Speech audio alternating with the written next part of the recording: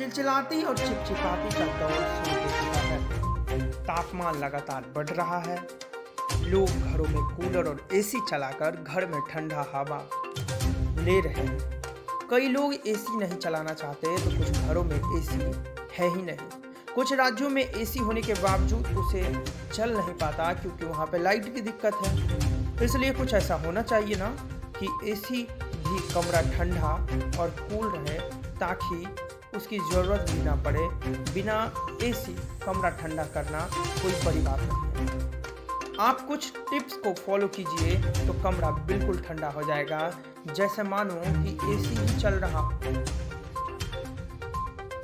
अपराधी खिड़की को कर डालिए बंद।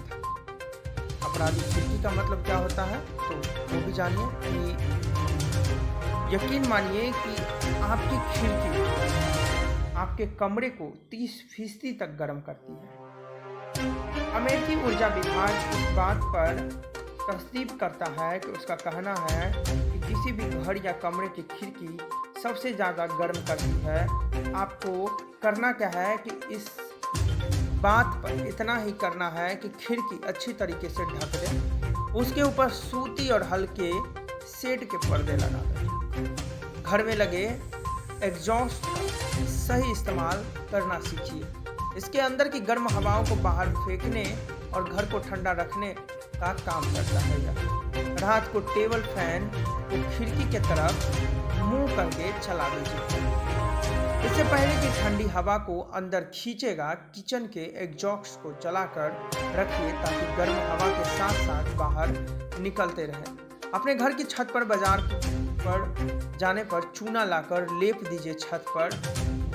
जी हाँ, छत पर चूना लेपने से इसके लिए आपका छत जो है ठंडा हो जाएगा। चूने को इस लोहे की बाल्टी में रात भर के लिए भिगो कर रख दीजिए। सुबह उसमें फेविकॉल मिलाकर छत पर पोत दीजिए। ठीक वैसे ही जैसे दीवार पर पुताई करते हैं।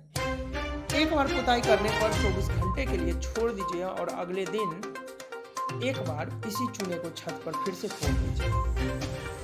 मोटा मोटा चूना जब छत पर लग जाएगा तो छत बिल्कुल ही गर्म नहीं हो पाएगी और छत ठंडी ठंडी कूल रहेगी। इस उपाय को अपने कमरे के तापमान पर 6 से 7 डिग्री पर फर्क पड़ने लगता है।